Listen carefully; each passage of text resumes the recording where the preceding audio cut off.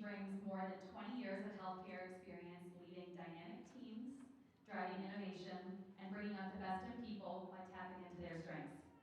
She is joined today by Serrago, who's the CIO of Community Care Cooperative, who brings more than 20 years of healthcare experience overseeing and prioritizing work and implementations in various areas of operations. Please join me in welcoming both Laura and Karen today. Thank you guys for being here. We are super excited. We're missing our fire, however. So, we need a little bit of spirit.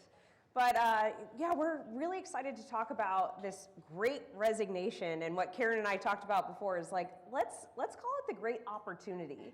Let's maybe change it up a little bit and spin it positively, because we're all facing it, right? All of our healthcare organizations are feeling it. We are short-staffed. We are really, especially on our clinical front lines, it is tough. In IT, we're feeling it. And so we're just really excited to have a conversation and welcome all of your questions at the end. So let's start with some figures. I wanted to, unemployment rate is at a low, 3.6%, but we have over 11.5 million job openings. How many of you guys have job openings that you can't even keep up with filling, right? Yeah, it's insane. How about for you, Karen?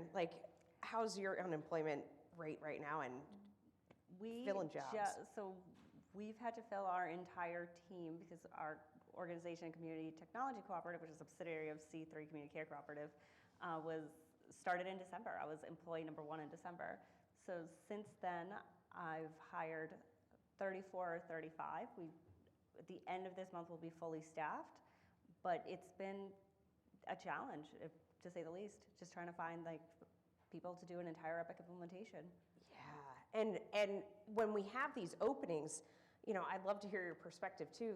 We are really struggling on making offers that are competitive, and we're having to dig deep and try to find, more monetary resources to be able to, provide a good benefits package to them that, is enticing enough. Have you seen that same sort of struggle competing with, consulting agencies and so forth? Oh, absolutely. I would say that now that because we're fully remote, we do come in for project milestones, but overall we're fully remote. So you're competing with no longer just the salary of Massachusetts, which is where our organization and our health centers are, but across the country. Because now that there's so many other healthcare IT departments that are also remote, we have to compete with salaries from people in Denver, California, here in Massachusetts. So yeah, definitely, it's been a challenge. Yeah, one health system out of Nevada, Renown Health, what they are doing is they are paying the prevailing wage. So they can hire people out of state, but they will only pay the prevailing wage of that state. And I thought that was really creative. Are you guys able to hire out of state, and what's that look like for you? Yeah, I'd say that 1/3 of our analysts are out of state. But we also have health centers, so we are 12 health centers across Massachusetts. So we have some people in Connecticut, New York, Maine, and New Hampshire, because with some of ours that are the Lowell Clinic is close to the people that live in Manchester. Our locations in Western Mass are closer to those that live in New York. So it's still somewhat of a driving distance, but we have hired people in Colorado, California, Ohio, so places that are not driving distance. Yeah, we've seen several of our teammates have wanted to go out of the state previously and haven't been able to. We're still operating under a temporary telework policy, which is incredibly challenging. And more recently, as we've gotten candidates from out of state, we've been moving forward to try to make offers, because our HR, we got to have them catch up with the day to even attract the right talent. So, yeah. So let's talk about a little bit of work-life balance, because I think this is something that I really enjoyed getting to hear your perspective as we prepped for this session. What are some of the impacts that you've seen, in your day-to-day due to the staffing restraints? Due to the staffing restraints, I guess we've seen it in two areas. Because we're doing an Epic implementation, we've seen it on the vendor side, as well as with our health center staff not being available to participate in implementation activities. I can go into more details what I mean, but the vendor side, so as a new implementation, we're having to do all types of third-party contracting. I would say everywhere else that I've ever worked, vendors are willing to do demos same day that you contact them. And what we've seen is, because lots of vendors are also having that same staffing shortages, they're giving us, like they're telling us, okay, well, we can't do a demo this week, we can do one in 2 or 3 weeks from now. Their contracting departments are also short-staffed, so instead of like a very quick turnaround time to get us to sign something, that's taking longer.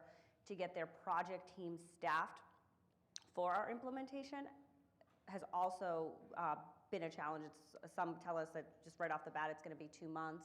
So we've had to really adjust our implementation timelines because of it, meaning usually when you start, the first thing you do is you have all of your third-party contracts signed and ready to go for your build phase 1, but we've actually been staggering all of our third-party contracting with all vendors to actually take place from all the way back in December to the end of June because of that reason. The other area is our health centers. So they have a lot of staffing shortages across all levels, from registration, back end, their IT departments. So it's been a challenge finding a way to be able to include them in the implementation work groups that need to happen, the decisions that need to be made for their build, all of that. So we've had to get pretty creative in the ways that we pull in the health centers. So we've hired project managers to represent groups of health centers and chase down all deliverables, and that one project manager might be assigned to, say, 4 health centers, and that person gets to vote 4 times for the different decision points. We've created agendas going out 1 full month for every meeting that we have, and all of our meetings are recorded and transcribed and sent out next day, so anyone who missed it can then attend it after, or can then watch it after. So it's unique. And that's really interesting too. We've seen project delays too because we don't have the clinicians at the table. To your point, we need those key decision makers. They are being pulled to the front lines. So managers and directors who might have previously been helping make decisions to move forward in a project weren't able, they've had to cancel last minute because they were pulled to do, nursing care or, help cover for their own staff shortages. So it definitely has impacted our project timelines as well, which is very tough. I'm hoping that we're kind of on the other side of it, but I think the other piece of staff, shortages is that people are leaving healthcare, and I want to really have us all as healthcare leaders think about, is there a different place for them rather than folks leaving? Could we create an IT position? Can they be involved in clinical informatics? Especially for those bedside caregivers who are so burnt out. Can we invite them in and have them become informaticists and still leverage their robust knowledge and familiarity with workflows, and rather than us, departing ways, and being able to keep them into their calling. So it's very interesting to think about. It's interesting that you say that because we have an NP who is joining us at the end of the month for a director over analytics. Who's also leaving the clinical field to jump into a more IT-facing role. We have most organizations do. We have a CMIO who's an MD, and we have 2 analysts that are MDs. Wow. Yeah. Wow, and are you paying them the same rate as an analyst? No. No. So what we've done is, because we have, again, the so many staffing constraints, we've actually been doing a lot of the decision-making through focus groups. So we pull in our NPs, MDs that are part of our project team to make a lot of foundation-level decisions for the implementation. Nice. It's also helped us stay on track with build because of all of the other areas where we've been slowly, like I said, I was first employee back in December. So we had not everyone was able to start in January. So we were still hiring. So in order to get us to the finish line through our project milestones, especially the build milestones, it's helped a lot to be able to do that. Yeah, focus groups, that's a great idea. Great idea. Yeah, we at UConn Health, we're seeing a big wave of retirements due to a change in the union CBAC rules. And so they're calling it the blue wave. So not only do we have, baby boomer generation leaving the workforce, and not enough people coming in, it's just kind of this ripple effect of staff shortages that we're definitely seeing. And the amount of open positions we have is, unprecedented. It's wild, especially for the frontline staffing. So How many would you say have left, or percentage-wise? I think we at UConn, we are around a 20%. There's a big retirement. I think they're estimating up to 20%. So it's huge. It's huge. Oh, wow. So, yeah, in my own team, I think, so I have 116 under my umbrella, and I've had probably 18 retirements already.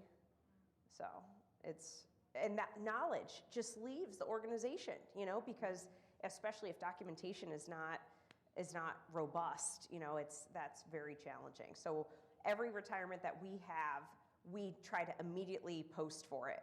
But I'll give you an example. One of our report writer positions, he gave me well advanced notice. He gave me a notice, I think, in the fall that he would be leaving in the spring. So 6 months notice. Posted his position right away. And we interviewed some candidates that first came in, couldn't meet salary requirements. So we lost out on those candidates. Then we went to internal, and we had an internal applicant offered that position. The pay increase was not enough because they were still unionized, and it was not enough of a pay raise in order for them to justify getting 8 direct reports. Yep. They're like, no, I'm not going to take that for, a couple $1,000s. I don't blame them. That position is still open. So it's, and now that person is retired. So we have a major gap, and we're seeing that continuously. So I think and that's putting a strain on the other teammates. So I think that's what, let's pivot to that. How other teammates are having to really pick up, I don't even want to call it slack, it's just extra work. The volume of work that is coming in, and I think here was the problem. We were all so creative, so vigilant, and so fast and innovative at responding to COVID needs that we set a precedent that we can't keep up with. We have this, now this race where operations or the business thinks, oh, well, you did all this in this short timeline. Let's get back to our normal projects and let's see the output, the same volume and rate. And it's like, no. Our teammates killed themselves to make, drive-through testing happen, online scheduling happen, telehealth happen. We stood up telehealth in 6 days, which was wild. And it was all attributed to the team and how much great work they did. But man, they are burnt out. So I'd be curious to know, how's your team's work-life balance look, and what's burnout looking like for you guys? I'll say that at my prior employer, I saw that a lot with, because of COVID, how quickly we had to change, build, move resources around, expand our entire hospital campus to be inpatient focused during the surges, back in the early 2020. I'll agree with you in that we made miracles happen in a very short period of time. I'd say that then same thing, where then there was this expectation that we could always keep up with that, but a lot of people also left. And the way that we were doing it wasn't sustainable either, because it was being done by people pulling all-nighters, by working weekends, having focus build sessions from 6 to 9 p.m., but it just wasn't sustainable. But then it almost became the expectation. Yeah. With where I work now, at CTC, we have a lot of, we want to make sure that, because we're a new organization, we're building our culture, it's really important to me to make sure that we are respecting people's lives outside of work hours. So we do not have meetings before 8:30 in the morning. Reason being, we call it out whenever, I mean, it's rare that we have a meeting before 8:30 in the morning, so sometimes we'll have something from like 8 to 8:30, but it's pretty rare.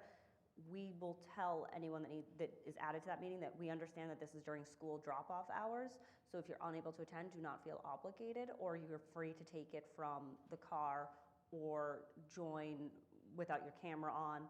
But we just make a conscious effort to mention that. We also do not have meetings after 5. I've not seen a single meeting happen after 5. And we're in an implementation. I mean, implementations require a lot of hours, and we just very much stick to that. And it's another thing is part of like the reason why we have that culture even on the C3 side is where we don't want anyone who's thinking of going for a promotion to think that they have to choose. So by making sure that work stays within work hours, that also will foster an environment in which women feel empowered to be able to take management positions. Because, I mean, as we all know, there's choosing between family yeah, and exactly. job. Sure. But I'd like to get your opinion on that, because I know you're a working mom. Yeah, it's wild, for sure. Being a mom of 3 young kids, I have a set of twins. Wanted 2, blessed with 3. So, you know, it's definitely been tough, but I think you have to model the behavior as well of what you want for your staff.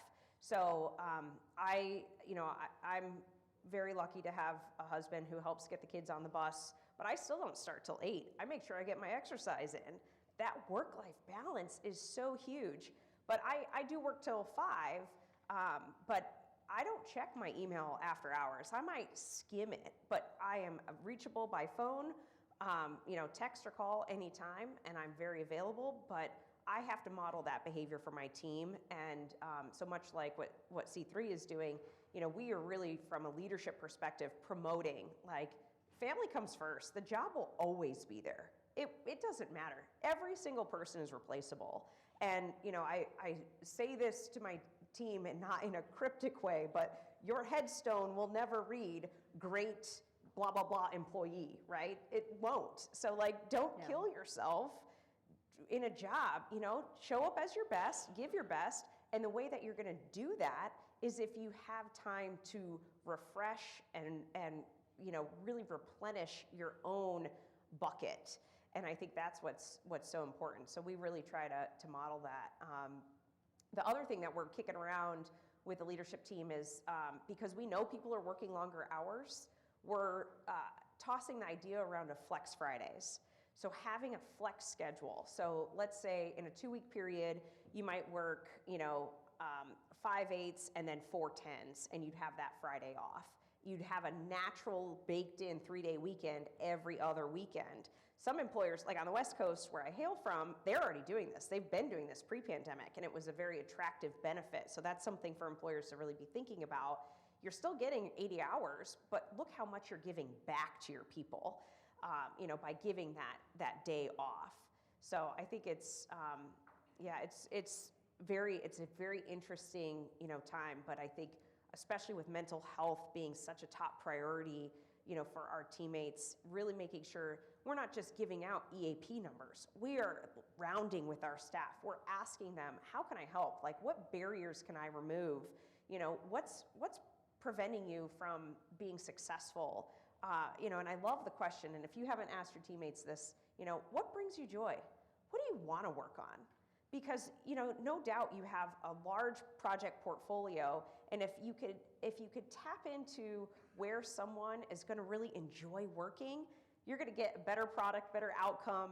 They're going to feel better. Your employee engagement scores are going to go up. I mean, it's just a win-win. So I think it's really important to not back down from those conversations that we might have routinely had when we were in person and more conversational. But now that we're more in a hybrid or virtual world, you have to be very intentional about having those conversations and asking, what's working well? What's not working well? How can I help?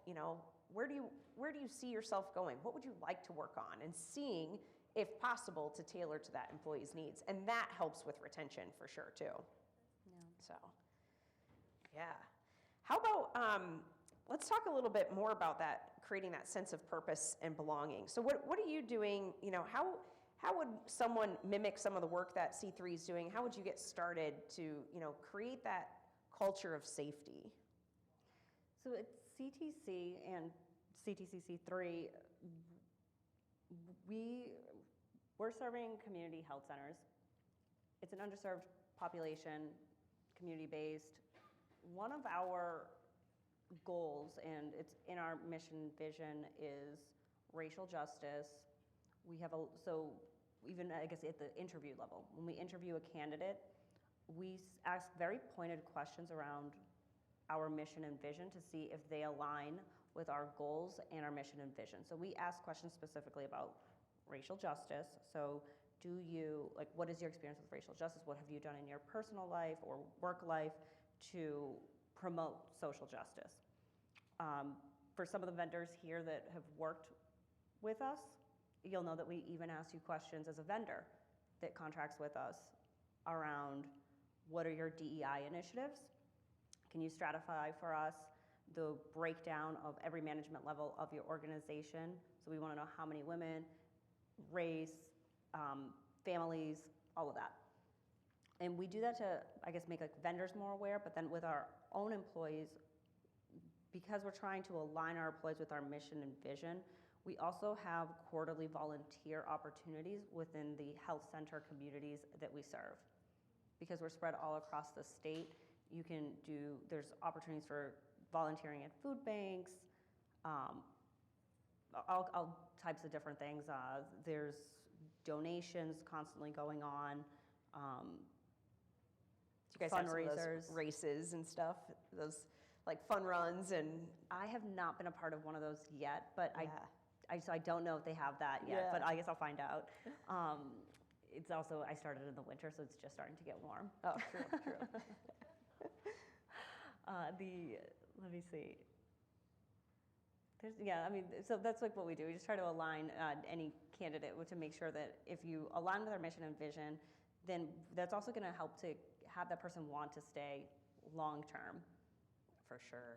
Yeah. And thinking too, like I love that idea of kind of flipping the coin to ask, a vendor, like, are you representing the community to which we serve? But I would also, ask each of you to reflect on thinking, does our leadership team reflect the community that we serve?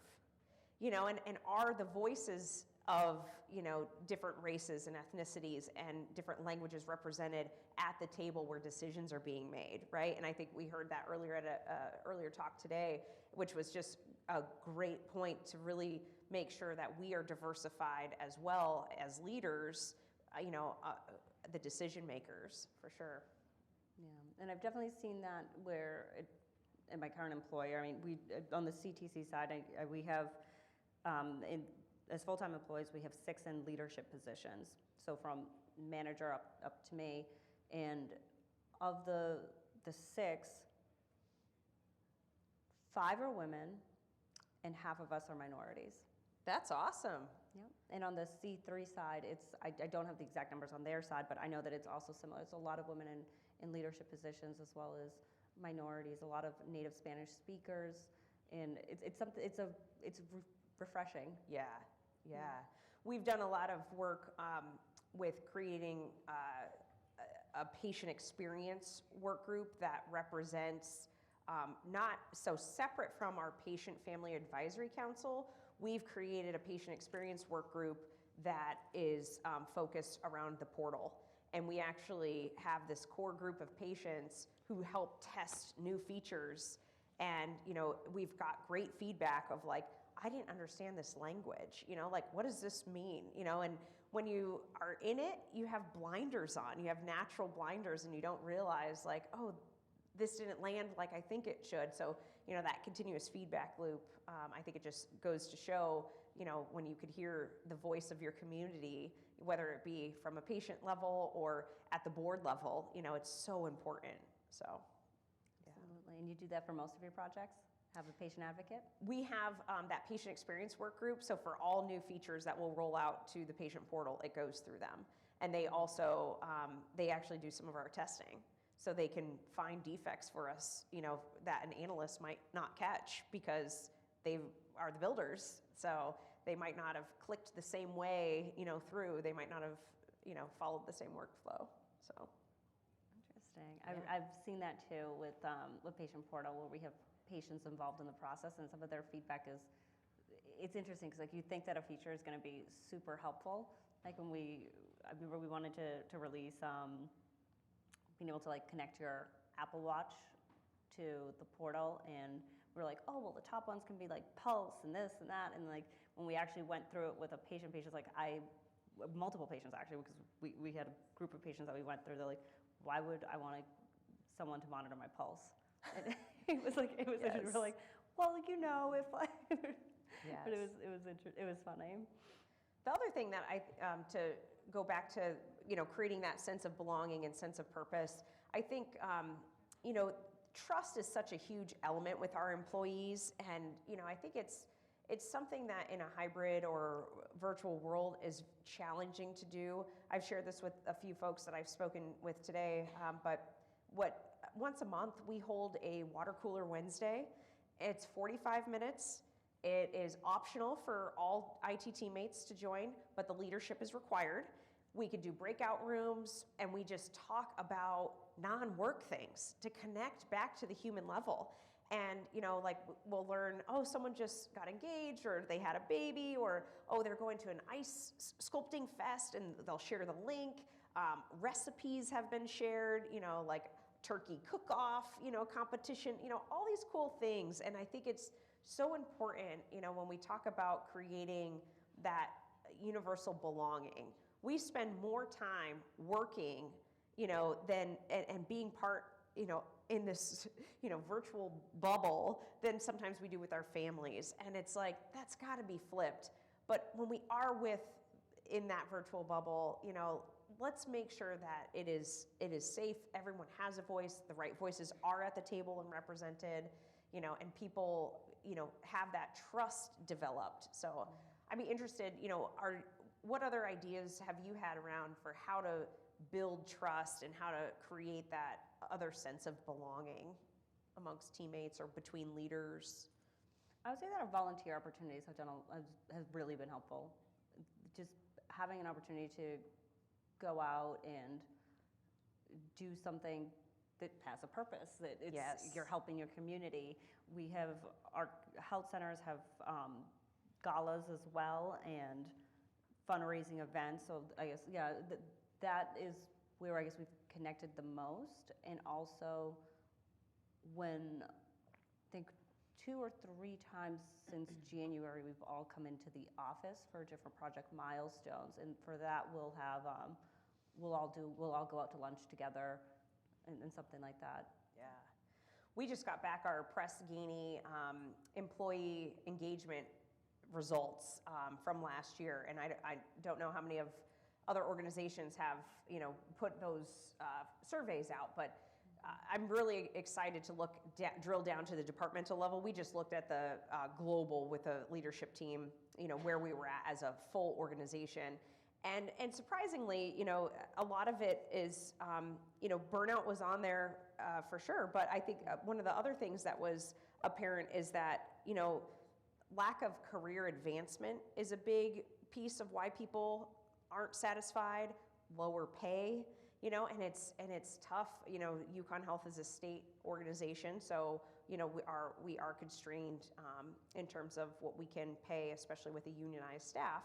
However, it's I think a great opportunity. I felt very encouraged, wherever we're at in this pandemic, or endemic, at least we could look at this and say, what are we going to do to be actionable out of these findings and out of the data that we see? And, have you guys surveyed your staff or done any, have you thought about surveys? We have a survey every year. The survey took place in March, so at that time, no one had been really working there long enough, and half of our team we didn't have the positions filled yet. So I would say that one's probably a wash, but next March it'll happen again.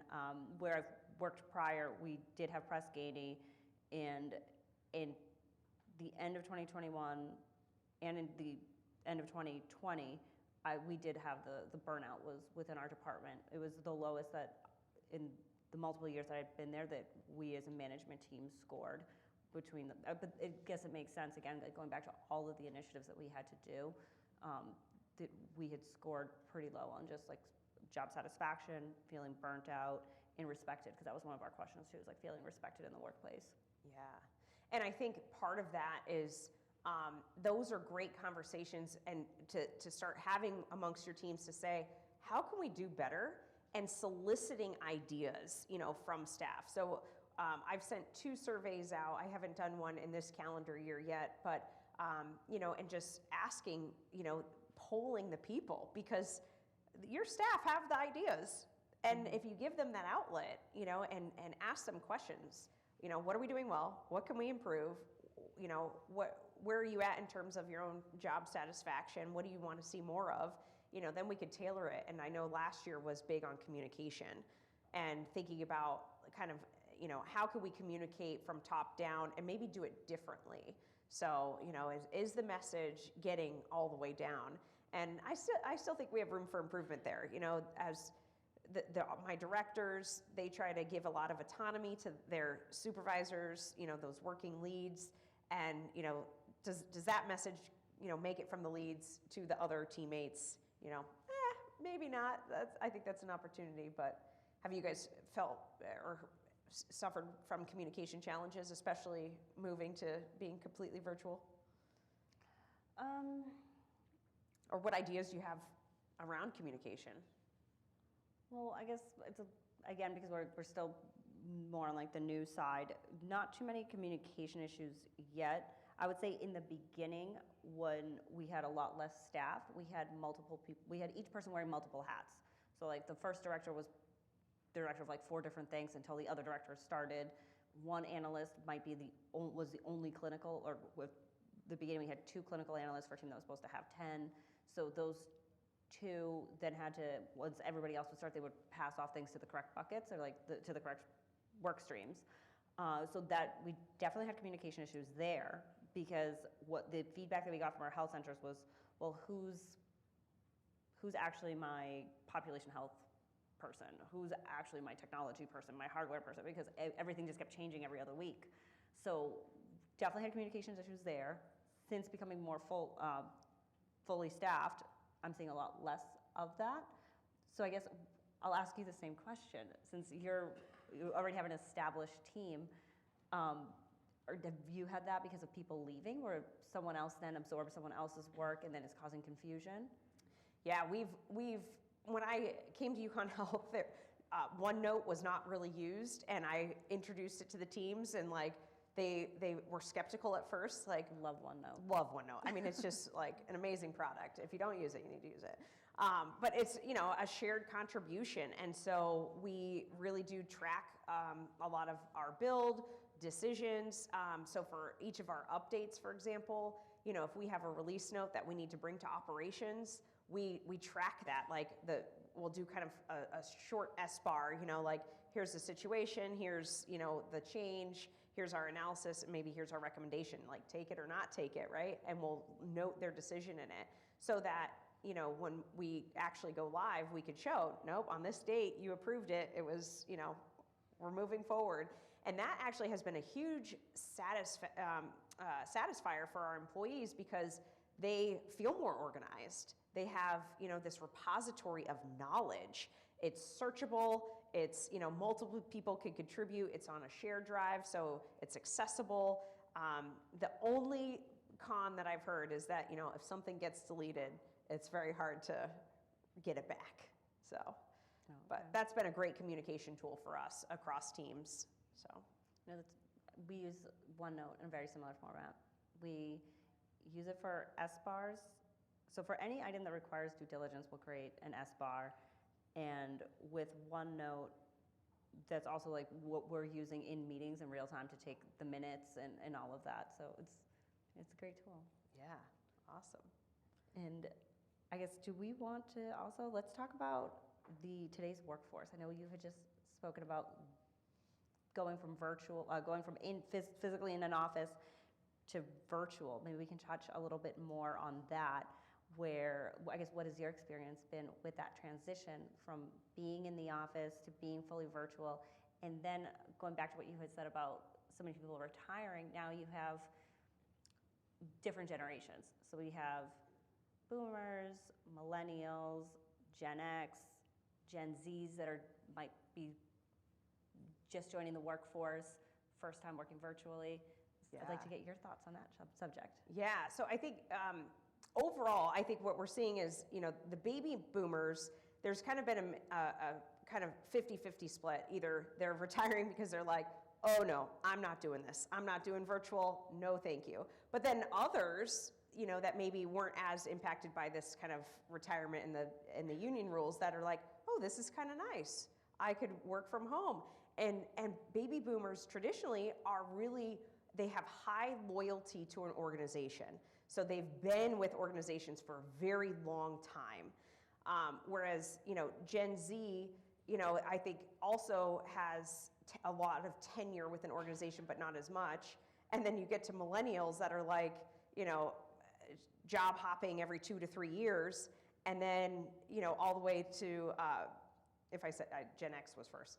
Gen Z, the youngest generation, where they're like, oh, you should be thanking me I'm here for a year. I should be a senior analyst already, right? Like, I'm very, there's an entitlement that goes with that generation. And you shared a funny story about hiring someone too, where I'd like to hear your perspective, but when you hire these folks that are brand new, I mean, they've never even stepped foot into an office. So tell me about your experience. Yeah, so I mean, because we've only had like very few opportunities to come into an office, for those that have never worked anywhere outside of like a remote, it's like little things like, I don't know, from etiquette, like normal things like don't spray perfume in an office with 5 other people around you. Things like you just learn at a very young age not to do, or tapping, like with your pen is like when you're in a meeting, like things like that, because you're just not aware of like now having to like respect that there's other people in the room with you.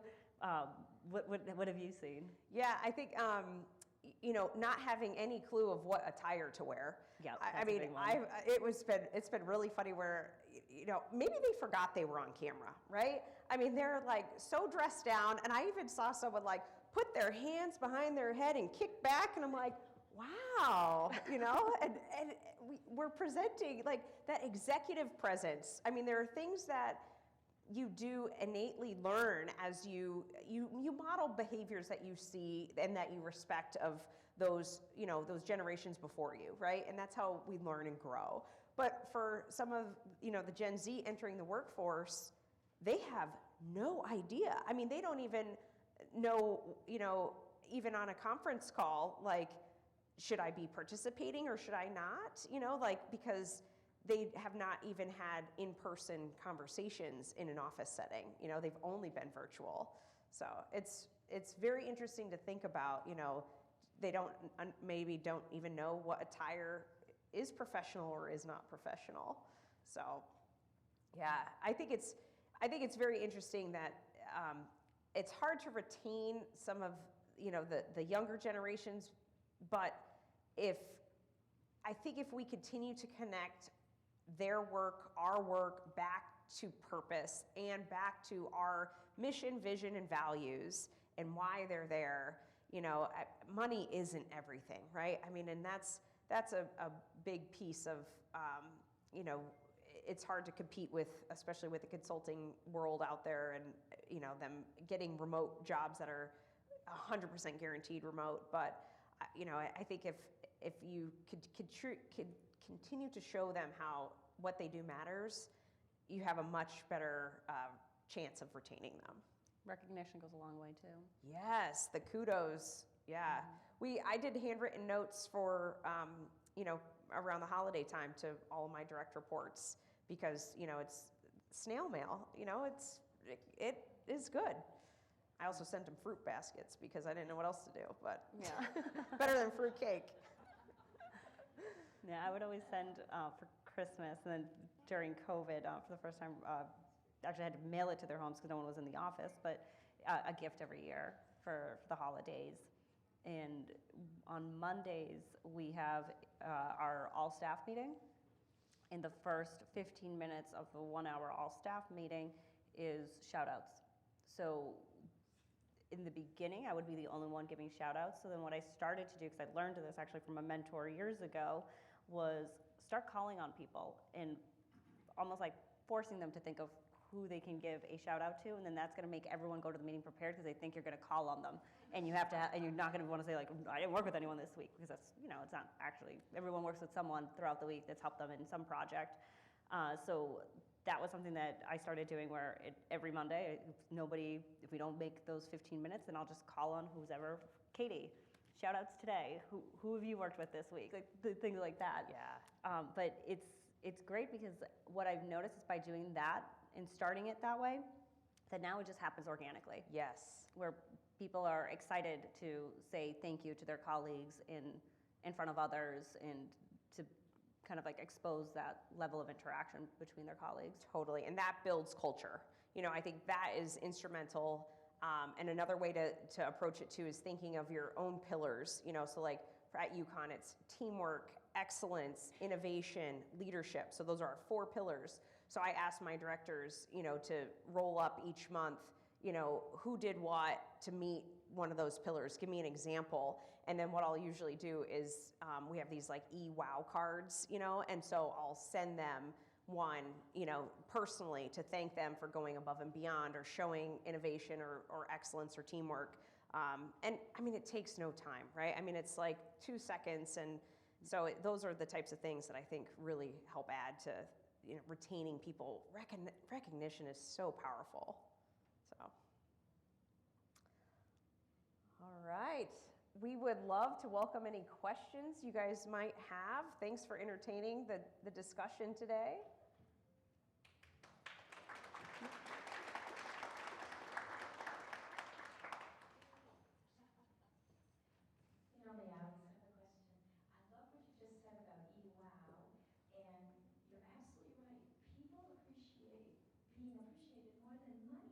Yes, that's the intrinsic.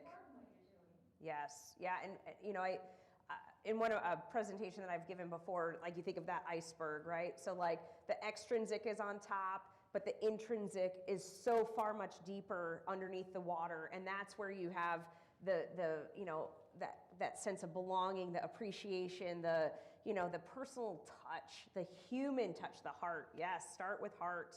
So.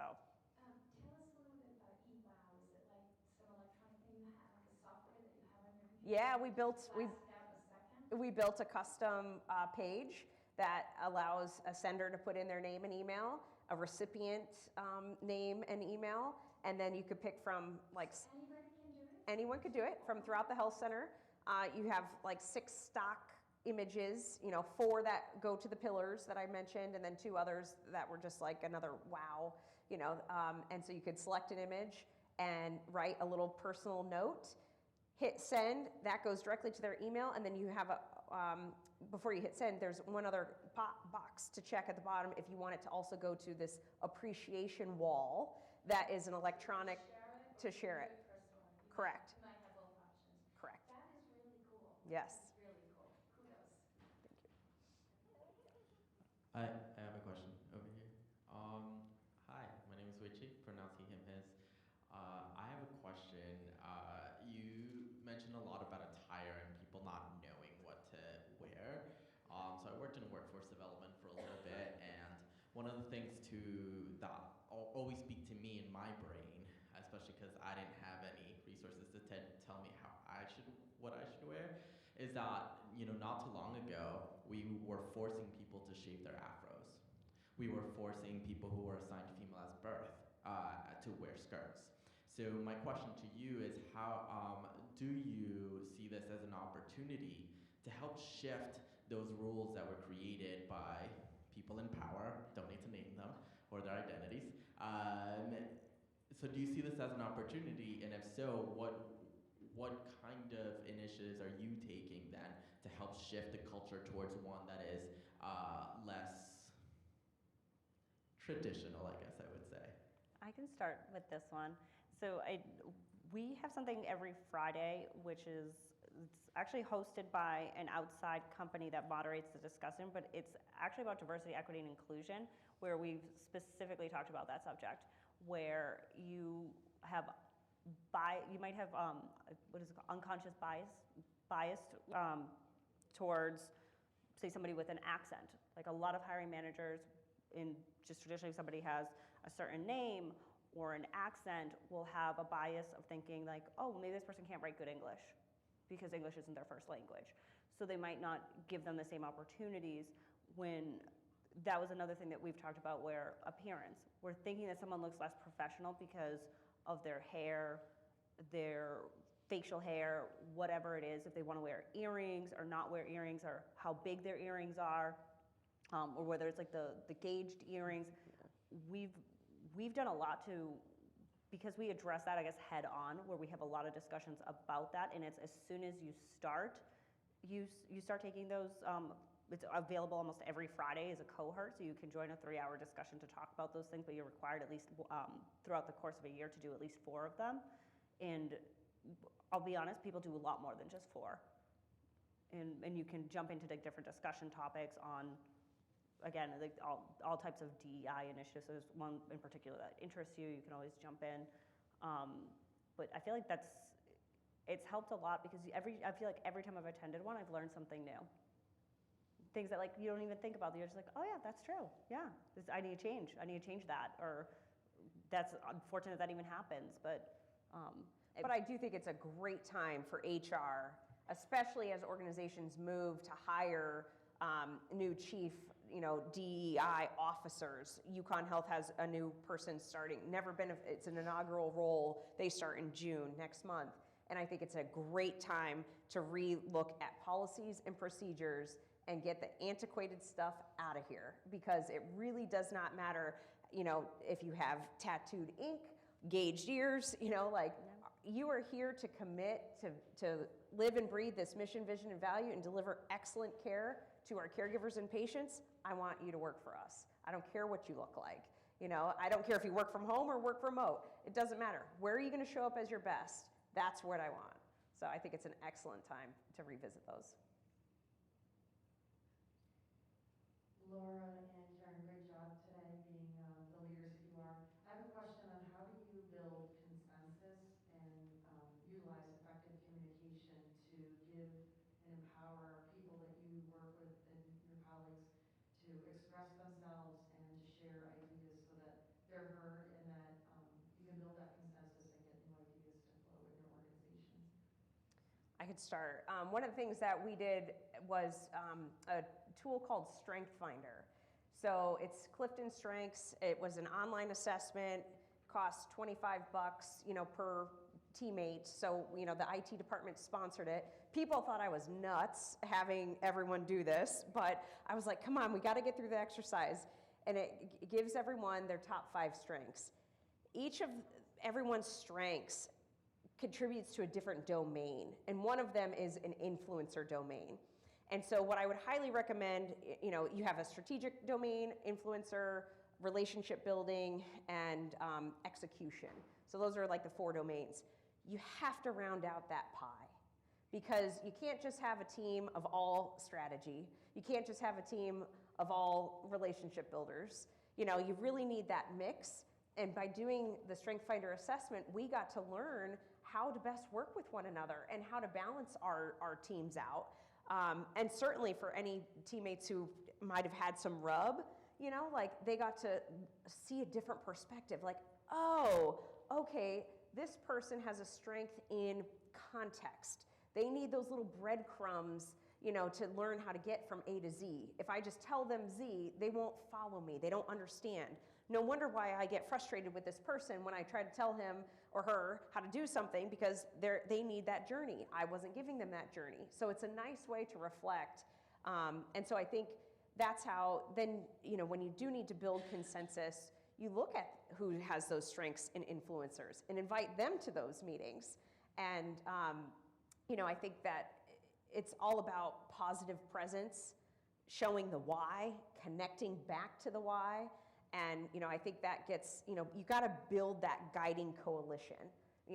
John Cotter, his change management principles, if you're not familiar, highly recommend, take a read, because that really, start with urgency, build a guiding coalition, and then, you can move mountains. I'll add that for consensus for us,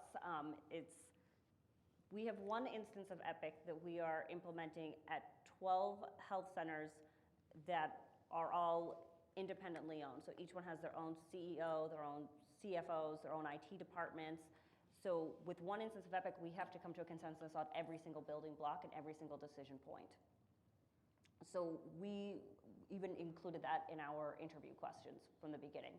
What is your experience with coming to a consensus, and what kind of a leader are you, and what is your style for consensus building? So you have some people that are very much they want to please, where their job satisfaction comes out of coming to consensus, while other people are task oriented. So we ask pointed questions about that, because we do need people that are across the board, one that gets job satisfactions out of getting to consensus, and then also those that are task driven. In our meetings and our work groups, we build off of those two strengths.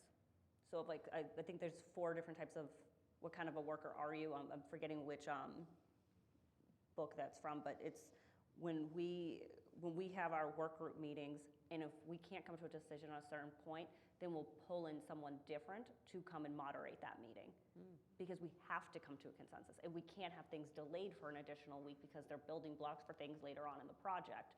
So we've done a pretty good job of if the analyst is unable, the analyst will have their director there. If the director's not able to help with coming to a consensus, then we'll pull in someone maybe from the C3 side, or our CMIO, CMO. It depends, I guess, on the culture of that specific work group. But it's been like a trial and error in the beginning, where I don't think we walked into it knowing that it was going to be so hard to come to a consensus. But when you look at the makeup of, it's 12 completely different cultures that we're working with, because it's 12 organizations that aren't really related to each other in any way, coming together to make a decision. It's definitely a challenge. I do have one question for you related to, and it speaks to me because you talked about this earlier, about the people that are getting ready to retire, and how can we, or just leaving the bedside. So my background is in nursing. I am a nurse informaticist, but there aren't enough of us. Yes. And you talk about the knowledge. I think about the knowledge loss. If I were to leave my position, that knowledge would be gone. And I cover a vast amount of stuff because I work in a community hospital, more so than an academic medical center. So one of the things I see locally in the greater Boston area is that there's really a lack of nursing leadership in the IT space. I hear you talking about your health centers, and your providers seem to be the primary person that you go to, but there are many nurses working in those health centers. So what is the path for nursing to move forward into health IT leadership? We have I can go first on this one. We have in our IT department, I guess on my side, the CTC side, an NP who's our director over technology and analytics. Because her background is so strong in quality, we pull her into anything that has to do with UDS reporting and quality measures. I've worked in other places where we've had, at my last organization, on my team I think at any given time, at the most, one time I had 3 RNs that were in analytics or analyst roles. At CTC, we do have an additional RN. The interim COO that we have is an NP. So our chief compliance officer, CCO, chief compliance officer, is an NP. So we do pull in nursing. I guess I'm used to seeing nursing pretty involved and at the table for most discussions. We don't have enough of it. I just pitched to the CFO. I was like, we need a whole informatics team. We are totally behind the times, and it's been a very big challenge. And I got approval for 1 pilot nurse. I said, I'll take it. We got to start somewhere. So we're going to really try to showcase the ROI. Well, I often see that, because there's so much provider influence over the EHR, that the EHR doesn't work for nurses. It doesn't work in nursing workflows. They work very differently. Their content is different. How it's presented to them is different. And I feel like there's really a big gap there. Yeah, and the data shows that. The nursing documentation time is through the roof. That was part of my justification for bringing in an informaticist to say, let's meet the nurses where they're at, hear their pain points, look at their redundancies, the duplication in documentation that they have, get rid of flow sheets that they don't need, and really try to streamline that. So we'll go for the one pilot. Thank you. Okay. No other questions, all right. Thank you so much. All right.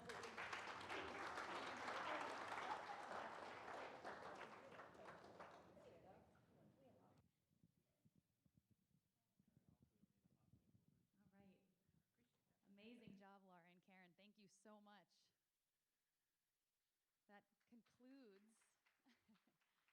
I know. How about another round of applause for all of our speakers today? Because this really ends the day. We have 15 minutes between right now and cocktail hour. So I want to remind everyone that raffles will be done at the sponsor booths during cocktail hour and within the next 15 minutes. We'll get that started. And you must be present to win. So right at this time, I would like to invite up Monique Chilevich to the stage, who is our chair of the Student Activities Committee and our Diversity, Equity, and Inclusion Task Force, who you saw this morning. She did a tremendous amount of work today to make today possible, including putting together all of the student poster contest details, working with the students. So Monique, take it away. Thank you, everyone. So it was a pleasure this afternoon to go ahead and have this contest available to all of our graduate students, opened up to undergrad as well. But we did receive 11 submissions across the board for our poster contest, the strongest work that we've seen so far. So what we really like here is seeing that progress and encouraging young professionals to get involved in the chapter. We love to see the actual talent grow and stay within New England Himss. So with that in mind, we have our first place winner from Sacred Heart University for $1,000 is Sanja Narpidia, and her topic was implementing artificial intelligence in the diagnosis of breast cancer.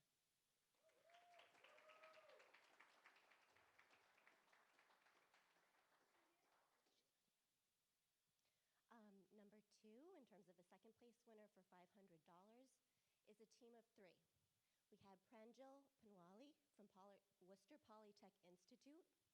The other contestant is Rachel Bosrow from Quinnipiac University. And then Leah Mitchell, also from Worcester Polytech Institute. Their theme was More You Know, How Data Quality Affects Decision Support Systems.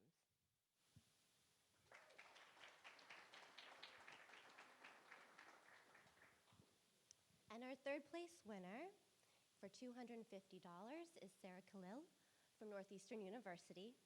Her topic was Informatics Capability of Scientific Neonatal Intensive Care Incubators and its Role in Precision Public Health. Long title. Great project. So thank you to the judges, the PPC Club, for taking their time today to really dive in, ask good questions, formulate an objective for our contestants, and meet the criteria for today. It's been a success. Thank you very much. Thank you so much, Monique. Thank you to all of the judges and the students, mostly who were presenting virtually today through Zoom, since some of them have graduation. So very exciting. Congratulations to all. So this year, I am so excited to share that New England Himss, along with the help of our premier sponsor, E-Ink, are proud to offer the E-Ink Innovation Scholarship for $5,000. And I would like to welcome John Marquezano from E-Ink, I did it, to the stage to announce the scholarship winner for this year. Check. There you go. Good. All right. Hi, everyone. My name's John Marquezano. I'm with E-Ink. We'd love to talk to you about digital paper, so if you see us by our booth, feel free to stop by. I'd like to invite onto the stage the winner of the 21-22 New England Hymns Innovation Scholarship, Melissa Blake, onto the stage. Melissa, yep.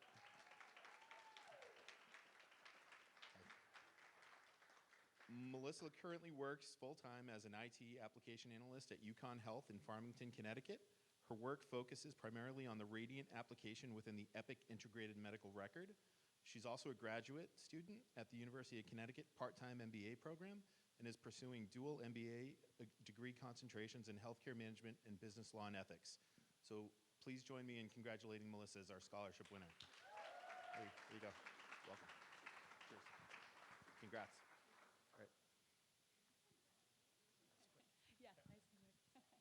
Awesome. Thank you again to our premier sponsor, E-Ink, and Melissa. Very exciting. So this wraps up pretty much our day in standing away from cocktail hour. Before I kind of wrap things up, I do want to take a minute to just recognize and thank everyone that has made today possible. First of all, to our sponsors. We would not have had this day without you, so thank you to all of our sponsors. Round of applause. And thank you to all of our amazing speakers today, from this morning to all the way just to our closing keynote. I hope everyone, a lot of great insights, a lot of valuable information, so I appreciate everyone's time. Thank you to the judges from our Past Presidents Club and our Student Activities Committee and all of our students presenting today. Thank you to E-Ink, like I just mentioned, for their contribution to make the scholarship possible. Thank you to the Clinical Informatics Council, who basically helped to make all the CE credits available to you today, which is our first one in person. And finally, a huge thank you to our New England Hymns Administrative Director, Elisa, and all the volunteers on the board and for the programs committee.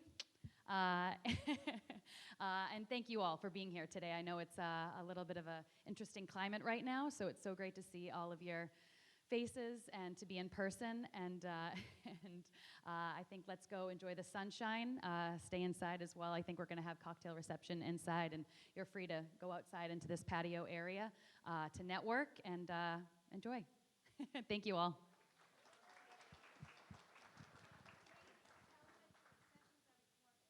Oh yes, and all the sessions are recorded as well, so you may have seen all of the recording going on. So we'll have that. Yes, it'll take a little bit of time because there's going to be some edits done. Thank you all.